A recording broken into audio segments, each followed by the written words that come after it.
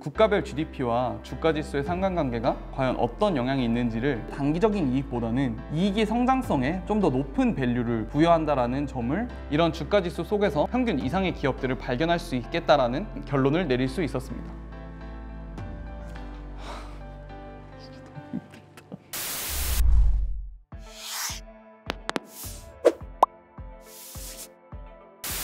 네, 안녕하세요. BMR팀 제레미입니다. 기존에 회장님께서 얘기해 주셨던 경제지수, GDP의 성장률과 주가지수의 성장률이 과연 연관관계가 있는 것인가에 대한 답변을 진행하도록 하겠습니다. 저희는 그 국가별 GDP와 주가지수의 상관관계가 과연 어떤 영향이 있는지를 미국, 한국, 중국의 사례를 들어서 발표를 해보도록 하겠습니다. 우선 저희는 경제 성장률과 GDP 그리고 주가지수가 어떤 연관관계를 있는지를 확인을 해보았는데, 단편적으로 보았을 때 주가지수와 GDP의 단순 비교를 해보았습니다. 1993년도와 그리고 2019년도의 두 개를 비교를 해보았을 때 한국의 주가지수 성장률과 그리고 GDP 성장률은 괴리가 굉장히 있었고, 특히나 중국의 경우 GDP 성장률이 굉장히 높았던 반면에 주가지수는 그닥 성장하지 못하는 그런 모습을 보여주었습니다. 결국에 저희는 이런 것들을 생각을 해봤을 때 전통 변수라는 그 GDP를 굉장히 복잡계적인 시각으로 바라볼 필요성이 있다는 것을 느낄 수 있었고, 때문에 GDP 성장률만으로 주가지수를 설명하는 것은 굉장히 어렵다라는 결론을 내릴 수가 있었습니다. 그리고 저희는 더 나아가서 주가지수가 개별 기업과의 상관관계가 얼마나 있는지에 대해서 좀 살펴보았는데, 기본적으로 주가지수는 개별 기업들의 평균을 의미를 합니다. 때문에 그 지수 속에는 평균 이상의 기업이 존재하고 또 평균 이하의 기업도 존재를 하게 됩니다. 때문에 저희는 평균 이상의 개별 기업을 찾아내려는 노력이 필요하다고 생각을 했고, 결국에는 현재의 이익을 만들어내기보다는 앞으로 혁신을 만들어낼 수 있는 비즈니스 모델을 가진 평균 이상의 기업을 찾아야겠다라는 그런 결론을 같이 내릴 수가 있었습니다. 네, 그럼 우선 GDP와 주가지수의 상관관계에 대해서 살펴보도록 하겠습니다. 미국의 사례를 살펴보면 미국은 2000년대 이전과 2000년대 이후 그 상이한 관계를 보이게 되는데, 2000년대 이전에는 굉장히 GDP와 주가지수가 같이 움직이지 않고 주가지수가 떨어지는 경우 GDP가 올라가는, 그리고 주가지수가 올라가는 경우에 GDP가 다시 떨어지는 이런 현상을 보이게 됩니다. 이 때문에 저희는 이런 현상이 어디서 발생되는가를 확인을 해보았는데 두 가지 요인을 꼽을 수가 있었습니다.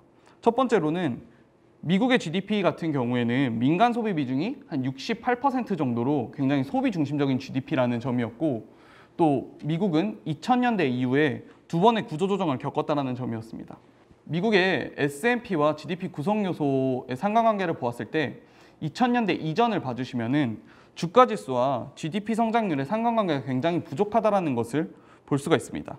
봐주시면은 지금 이 데이터는 민간 소비에 관련된 데이터인데, 민간 소비가 증가함에도 불구하고 주가지수가 떨어지는 그런 모습들을 보여주었고, 전혀 두 개가 상관관계가 떨어지는 모습을 볼 수가 있었습니다.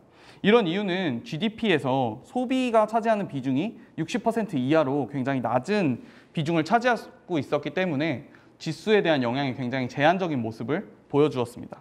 하지만 2008년도 이후에는 좀 다른 양상을 보이기 시작했는데, GDP 성장률이 2.11%인 것 대비해서 민간 소비 성장률은 2.42%로 굉장히 높은 그 성장률을 보여줬고, 그에 따라서 GDP 내에서 민간 소비 비중이 한 68%까지 올라가면서 굉장히 소비 중심적인 GDP가 만들어졌다라고 볼 수 있습니다. 이런 모습은 결국에 소비자의 지갑이 기업의 이익으로 연결이 되고, 결국에 기업의 이익이 증가함에 따라서 주가지수가 올라갔다라고 볼 수 있기 때문에 결국에는 소비 중심적인 GDP가 주가지수와 같은 방향으로 변화한다는 것을 확인을 할 수 있는 그런 기회였습니다. 그렇다면은 이런 소비 중심적인 GDP가 주가지수를 견인하는 모습이 오직 소비 중심적인 GDP에서 만들어진 것은 아닙니다. 두 번의 구조조정을 겪으면서 이런 현상이 발생했다라고 볼 수 있는데, 2000년도의 닷컴 버블과 2008년도의 글로벌 금융위기를 통해서 기업이 두 번의 역성장을 하는 모습을 볼 수가 있습니다. 기업 숫자를 봐주시면은 특히나 2009년부터 2012년 사이에 4년 동안에 굉장히 많은 기업의 수가 줄어들면서 결국에는 1등 기업으로 구조조정이 되는 그런 현상을 겪었고 결국에 1등 기업의 위치가 굉장히 확고해지는 현상을 볼 수 있었습니다. 민간 소비의 증가가 이 1등 기업의 이익 상승으로 이어지는 그런 결과를 만들어냈다라고 봐주시면 될 것 같습니다. 그렇다면 이런 미국의 그 변화 양상을 확인을 해보기 위해서는 저희는 소비뿐만 아니라 그 캐펙스, 고정 투자에 대한 내용도 좀 생각을 해보아야 하는데 이런 고정 투자를 확인하기 위해서는 4가지 국면을 좀 찾아봐야 합니다. 첫 번째 국면 같은 경우에는 2000년대 이전으로 그 인터넷 기술에 대한 막연한 기대감으로 이 버블이 형성되던 시기라고 봐주시면 될 것 같고 두 번째 국면은 2000년대 이후에 그 기업들이 구조조정이 이루어지면서 시가총액 상위 기업으로의 편중이 일어났는데 거기서 시가총액 상위 기업의 이익이 증가함에 따라서 결국에는 주가지수와 같이 연동되는 그런 모습을 보여줬는데 이런 시기는 굉장히 PER이 낮은 시기로 보시면 될 것 같습니다. 그리고 세 번째 국면 같은 경우에는 2008년도 금융위기 이후에 그 소프트웨어와 플랫폼 기업들 위주로 1등 기업이 되게 구조조정이 이루어졌고 이 과정에서 굉장히 높은 PER을 부여를 받았고 네 번째 국면 같은 경우에는 이런 소프트웨어 플랫폼 기업들이 수익 실현을 본격화하면서 이익 비중이 상향이 됐고 시가총액의 비중도 상향이 되면서 S&P 500 전체의 주가지수를 견인하는 그런 시기로 봐주시면 될 것 같습니다. 그렇다면 저희가 주목해서 봐야 할 부분은 이국면으로 볼 수 있습니다. 이국면 같은 경우에는 2000년도 버블 붕괴 이후에 제조업 위주의 기업들로 시장이 재편되는 시기라고 볼 수 있습니다.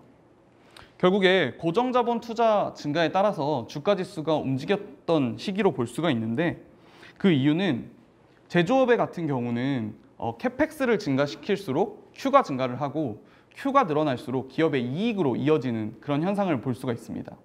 결국에 지속적인 캐펙스를 증가시켜야지만 기업들은 Q를 증가시킬 수가 있고 이에 따라서 이익을 늘릴 수 있기 때문에 캐펙스를 지속적으로 투자를 했고 또한 상위 기업들의 캐펙스 투자는 결국에 예하 기업들, 밸류체인의 캐펙스, 그러니까 매출 증가로 이어지는 그런 현상으로 볼 수 있습니다. 결국에 1등 기업의 Q를 늘리기 위해서 캐펙스를 지속적으로 증가를 시킬 경우에는 예하 기업들의 이익이 증가를 하고 이에 따라서 전체 시장의 주가 지수가 올라가는 그런 모습으로 봐주시면 될 것 같습니다. 하지만 2000년도 이후에 굉장히 많은 글로벌 피어 기업들이 등장을 하게 됩니다. 때문에 각 개별 기업들의 가격 경쟁력이 굉장히 약화가 되게 되는데 이 때문에 캐펙스 투자를 하는 것에 있어서 이익이 점점 줄어드는 현상을 보게 될 수 있습니다. 그 이유는 자본 투자 증가 같은 경우는 결국에는 경쟁 심화를 의미를 하는데 이에 따라서 생산을 위해서 들어가는 생산 요소 비용은 증가를 하고 Q가 증가함에 따라서 공급은 늘어나기 때문에 제품의 가격은 하락하는 그런 모습을 보여주게 됩니다. 기업들은 가격 경쟁력을 잃었기 때문에 마진이 축소가 되고 이에 따라서 캐펙스 증가는 결국에 이익의 지속적인 감소로 이어지는 것으로 볼 수 있습니다. 하지만 2008년 금융위기 이후에는 아무래도 제조업보다는 소프트웨어, 플랫폼 기업들이 굉장히 시장에서 높은 시가총액을 받기 시작하는 시기였습니다. 저희가 흔히 알고 있던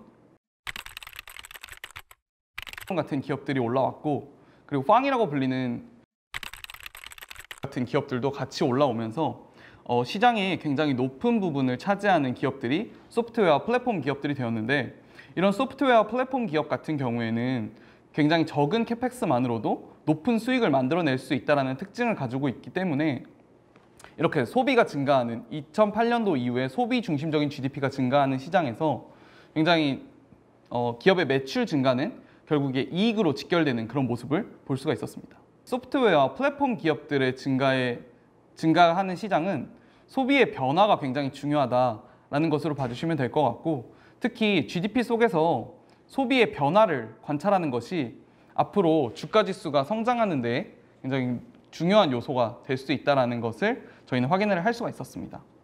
그렇다면 저희는 미국의 사례에서 살펴봤던 것처럼 한국의 사례를 가져와서 이를 접목시켜 봤습니다.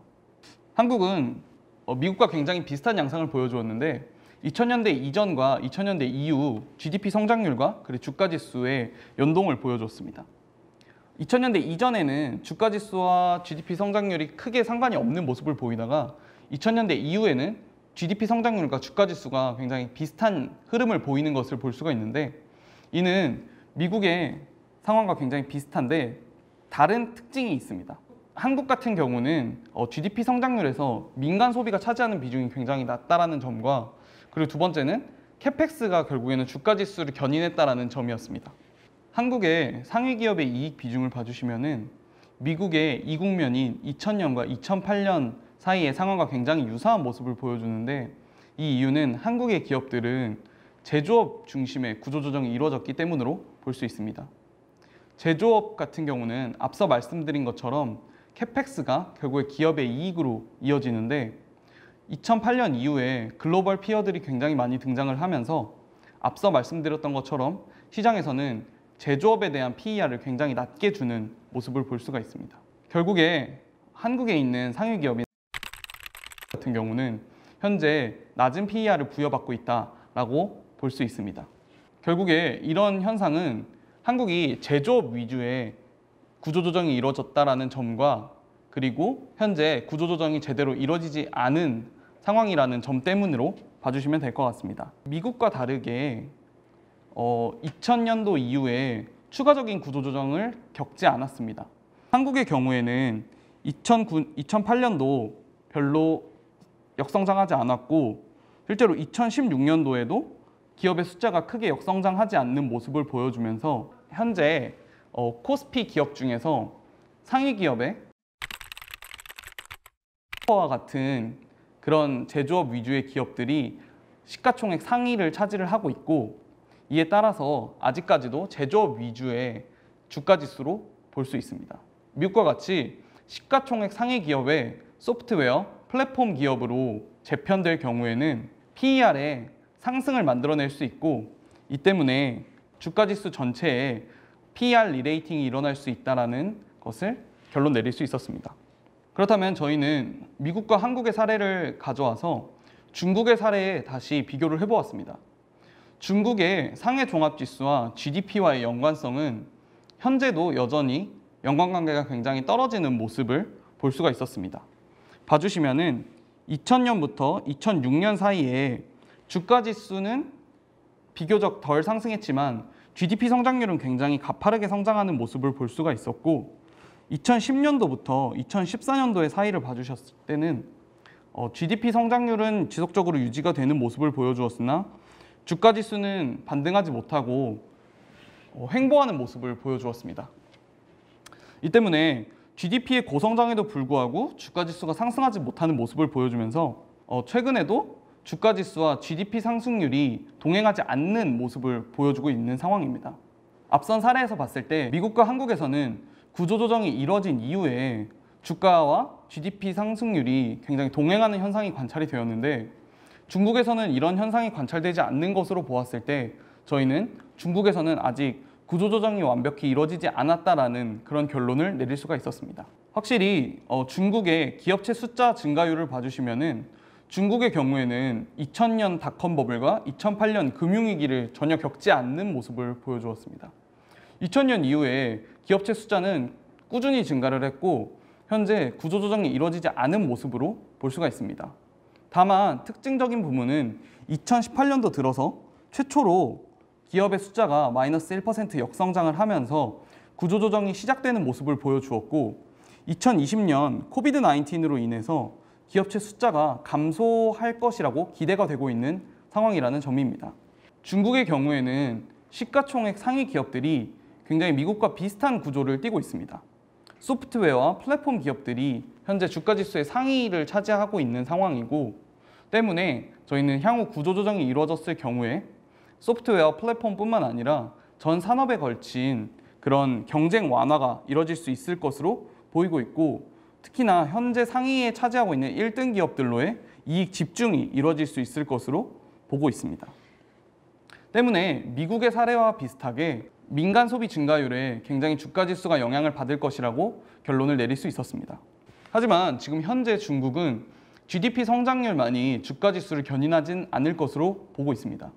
그 이유는 중국 GDP 같은 경우에는 GDP 내에서 민간 소비가 차지하는 비중이 약 38% 정도로 굉장히 낮은 상황이고, 이 때문에 GDP 성장률만으로 중국의 주가 지수를 예측하는 것은 굉장히 어렵다라고 볼 수 있습니다. 하지만 현재 2014년도 이후에 민간 소비 비중이 점차 증가를 하고 있는 상황이어서 앞으로 GDP 내에서 민간 소비 비중의 증가가 지속될 경우에는 GDP 성장률과 상관없이 중국의 주가 지수는 충분히 올라갈 수 있을 것으로 저희는 보고 있습니다. 저희가 생각하는 중국 민간 소비 비중이 증가할 것이라고 예측하는 이유는 2008년도 이후에 중국의 주가 지수는 정부 지출과 그리고 순수출 증가율이 굉장히 주도를 하고 있었습니다. 중국의 경우에는 수출 증가 그리고 정부 지출의 증가에 의해서 주가 지수가 견인이 되었고 2016년 이후에 정부 지출 증가에도 지수가 하락하는 현상이 보여졌고 결국에는 정부 지출이 주가 지수에 미치는 효과가 굉장히 둔화되었다는 것을 의미를 하고 있습니다. 또한 2018년도 이후 무역 분쟁이 이뤄지면서 지금 현재 중국의 순수출도 급감을 하는 모습을 보여주면서 더 이상 수출과 정부 지출로 주가 지수를 견인하기에는 어려운 상황이 되었습니다. 중국의 GDP 성장률은 소폭 둔화가 되었지만 결국에 정부 지출과 순수출이 감소함에 따라서 민간 소비 비중이 지속적으로 증가할 것으로 저희는 생각을 하고 있습니다. GDP 내에서 민간 소비 비중이 약 68%, 미국의 수준까지 올라올 수 있을 것으로 예상을 하고 있고 지금 현재 중국이 남아있는 과제는 구조조정 하나가 남아있다고 생각을 하고 있습니다. 2018년도 이후에 기업체 숫자가 소폭 감소를 했고 이후에 코비드-19으로 인해서 구조조정이 제대로 이루어졌다라면은 중국 시장의 경우 2008년도 이후 미국의 시장과 굉장히 비슷한 상황이 관찰이 될 것으로 보고 있습니다. 그렇기 때문에 구조조정 이후 민간 소비 증가는 결국에 중국의 1등 기업의 이익으로 이어질 것으로 저희는 예상을 했고 저희는 중국의 기업체 숫자 감소에 따른 구조조정이 얼마나 이루어졌는지를 확인을 해야 하고 이후에 민간 소비 증가에 주목할 필요가 있다라는 결론을 내릴 수 있었습니다. 앞서 저희는 GDP와 주가 지수의 상관관계에 대해서 살펴보았습니다. 그렇다면 다음에 더 이어서 나올 내용인 개별 기업과 주가 지수의 상관관계에 대해서 말씀을 드리도록 하겠습니다. 시가총액 중 탑 10 기업의 시가총액 비중은 2010년도 12.5%에서 현재 2019년도 20.2%까지 비중이 상승하는 모습을 볼 수 있습니다. 지수 상승률보다 더 높은 주가 상승을 만들어낼 수 있는 기업들이 있다는 것을 확인을 할 수 있었고 이런 기업들을 찾기 위해서 저희는 두 가지 목표를 설정을 했습니다. 첫 번째는 기업의 비즈니스 모델에 집중을 해야겠다는 점이었고 두 번째는 지금 현재보다는 앞으로 미래를 위한 장기적인 관점에서의 기업들을 선택을 해야겠다는 그런 목표를 세울 수가 있었습니다. 저희는 미국의 대표 1등 기업 두 가지를 살펴보았습니다. 첫 번째는 2016년도 생태계 매출이 증가를 하면서 PER이 리레이팅 되는 모습을 볼 수가 있었고 2012년도에서 클라우드 사업에 진출을 하면서 PER이 리레이팅 되는 모습을 볼 수가 있었습니다. 저희는 이렇게 기존에 가지고 있던 비즈니스 모델에서 새로운 비즈니스 모델로 넘어왔을 때 주가에 PER이 리레이팅 되는 모습을 볼 수가 있었습니다. 또한 시장은 현재 지금의 이익보다는 미래의 성장성에 대해서 좀 더 높은 프리미엄을 지불한다라는 생각을 할 수가 있었고 결국에 이런 높은 프리미엄이 높은 PER로 전환되는 현상을 관찰할 수가 있었습니다.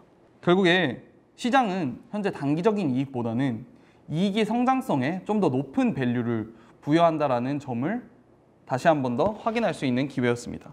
결국에 미국에서의 시사점은 저희는 기업 가치에 대한 시장의 관점이 변화했다라는 점이었습니다. 기존에는 이익 창출 능력을 굉장히 높은 가치로 평가를 했다라면은 현재는 이익의 성장 가능성에 대한 프리미엄을 PER이나 아니면 PSR로 전환하는 모습을 볼 수가 있었습니다. 현재의 경쟁에 집중하기보다는 미래의 경쟁을 위해서 캐펙스를 늘렸던 기업들이 패러다임의 변화에 굉장히 잘 적응하는 모습을 볼 수가 있었고 결국에 패러다임의 변화 속에서 좀 혁신적인 비즈니스 모델을 갖고 있는 기업들이 PER과 PSR이 증가를 하면서 주가 지수와 GDP 성장률을 상회하는 주가 상승을 보여주었습니다. 미래 가능성이 굉장히 높은 1등 기업에 적극적으로 투자를 하려고 하는 저희 에셋플러스의 전략이 유효하다는 점을 확인할 수가 있었고 또한 비즈니스 모델을 중심으로 한 개별 기업의 분석에 좀 더 집중을 해야겠다라는 그런 결론을 내릴 수가 있었습니다.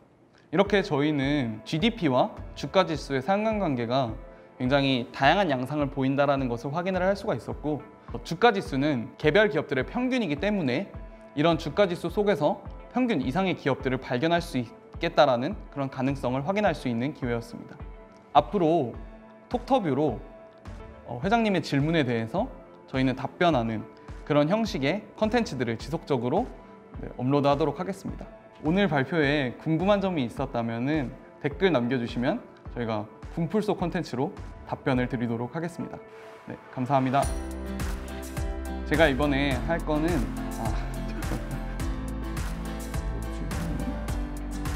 진짜 잠깐만요.